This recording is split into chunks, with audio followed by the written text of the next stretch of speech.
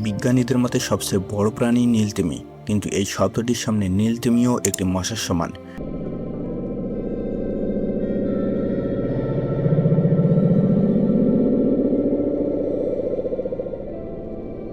হ্যাঁ, 1997 সালের সমুদ্রের 5000 মিটার নিচে এমন এক গর্জন রেকর্ড হয়, যা করতে হলে একটি প্রাণীকে অন্তত 10টি ফুটবল মাঠের সমান বড় হতে হবে। আধুনিক বিজ্ঞান আজও জানে না সমুদ্রের নিচে কোন দানব লুকিয়ে আছে।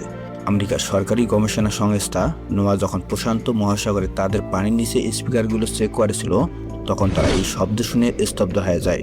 কারণ এই শব্দ কোনো সাবমেরিন বা ভূমিকম্প ছিল না, এটি ছিল কোনো প্রাগৈতিহাসিক অতিকায় জীবের গলার আওয়াজ, যা পুরো মহাসাগরে 5000 কিলোমিটার এলাকা জুড়ে কেঁপে উঠেছিল।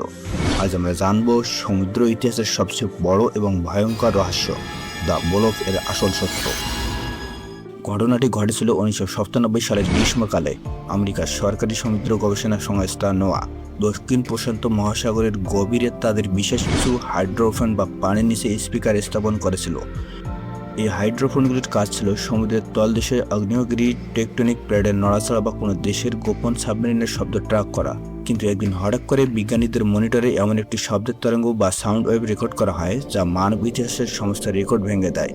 শব্দটি ছিল একটি লো ফ্রিকোয়েন্সি শব্দ, যা প্রায় 1 মিনিট ধরে স্থায়ী ছিল এবং এর তীব্রতা ছিল অবিশ্বাস্য। বিজ্ঞানীদের যখন এই শব্দের সোর্স বা উৎপত্তি স্থল ট্র্যাক করার চেষ্টা করলেন, তখন তাদের কপালে চিন্তার ভাঁজ পড়ে গেল। শব্দটির উৎস ছিল চিলির উপকূল থেকে প্রায় 1750 কিলোমিটার পশ্চিমে সমুদ্রের এক জনমানবহীন চরম গভীর অন্ধকারের তলদেশ থেকে। প্রথমে বিজ্ঞানীরা ভেবেছিলেন এটি হয়তো কোনো আমেরিকান বা রাশিয়ান অতি গোপনীয় সামরিক সাবমেরিনের শব্দ, কিন্তু কোনো সাবমেরিন বা মানুষের তৈরি যন্ত্র এত বিশাল দূরত্ব জুড়ে শব্দ ছড়াতে পারে না। কারণ এই ব্লুপ শব্দটি প্রশান্ত মহাসাগরে প্রায় 5000 কিলোমিটার বাসাদের মধ্যে থাকা প্রতিটি হাইড্রোফোনে একযোগে ধরা পড়েছিল। চিন্তা করে দেখুন, একটি শব্দ পুরো মহাসাগরে অর্ধেকটা কাঁপিয়ে দিয়েছিল। বিজ্ঞানীরা হিসেব করে দেখলেন আমাদের জানা ইতিহাসের সবচেয়ে বড় জীব হলো একটি নীলতিমি, প্রায় 100 ফুট লম্বা এবং 1.5 লাখ কেজি ওজনের হতে পারে। কিন্তু এই ব্লুপ শব্দটি যে প্রাণীটি করেছে, তার শব্দ তৈরির ক্ষমতা এবং ফুসফুসের আকার হতে হবে একটি নীলতিমির চেয়ে অন্তত 10 থেকে 15 গুণ বড়। অর্থাৎ সমুদ্রের নিচে এমন এক প্রাগৈতিহাসিক দানব লুকিয়ে আছে, যার কাছে আমাদের জানা সবচেয়ে বড় তিমি মাছটি স্রেফ একটি খেলনা মাত্র। এই ঘটনাটি যখন মিডিয়া আসে, তখন সাধারণ মানুষের পাশাপাশি বিশ্বসেরা গবেষক ও লেখকরা চমকে যান। কারণ বিখ্যাত হরর লেখক এইচ.পি. লাভক্রাফট 1928 সালে অর্থাৎ এই শব্দের রেকর্ড হওয়ার প্রায় 70 বছর আগে একটি কাল্পনিক সায়েন্স ফিকশন গল্প লিখেছিলেন।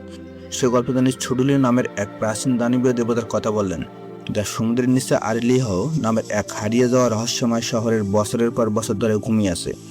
সবচেয়ে অদ্ভুত এবং হাড়হিম করা বিষয় কি জানেন? লাভক্রাফট তার কাল্পনিক গল্পে এই দানবটি সমুদ্রের ঠিক যে স্থানকে বা জিপিএস কোঅর্ডিনেটস আছে বলে লিখেছিলেন। 1997 সালে বিজ্ঞানীদের রেকর্ড করা দ্য ব্লুপ শব্দের উৎস ছিল ঠিক তার একবারে কাছাকাছি। এই নিখুঁত মিল দেখে সারা বিশ্বের হইচই পড়ে যায়। মানুষ বিশ্বাস করতে শুরু করে লাভক্রাফটের সেই প্রাচীন সমুদ্র দানবটি কেবল গল্প ছিল না, সেটি হয়তো সত্যি সত্যি সমুদ্রের তলদেশে জেগে উঠছে এবং গর্জন করছে। দীর্ঘ 1 দশকের বেশি সময় ধরে গভীর গবেষণার পর 2012 সালের নোয়া এর বিজ্ঞানী এই রহস্যের একটি অফিসিয়াল বা সরকারি ব্যাখ্যা দেন। এটি কোনো জীবিত বা মাংসাশী প্রাণীর শব্দ ছিল না। PCIe বরফের পাহাড় যখন মাঝখান থেকে ফেটে যায় বা ভেঙে সমুদ্রের তলদেশে পড়ে, তখন সেটিকে আইসকুইক বা বরফের ভূমিকম্প বলা হয়।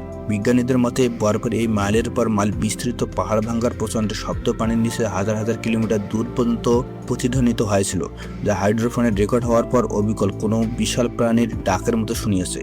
বিজ্ঞান এই ব্যাখ্যা দিয়ে অফিসিয়ালি ফাইলটি বন্ধ করে দিলেও অনেক স্বাধীন গবেষক এবং সাধারণ মানুষ আজও এই ব্যাখ্যার পুরোপুরি মেনে নেননি।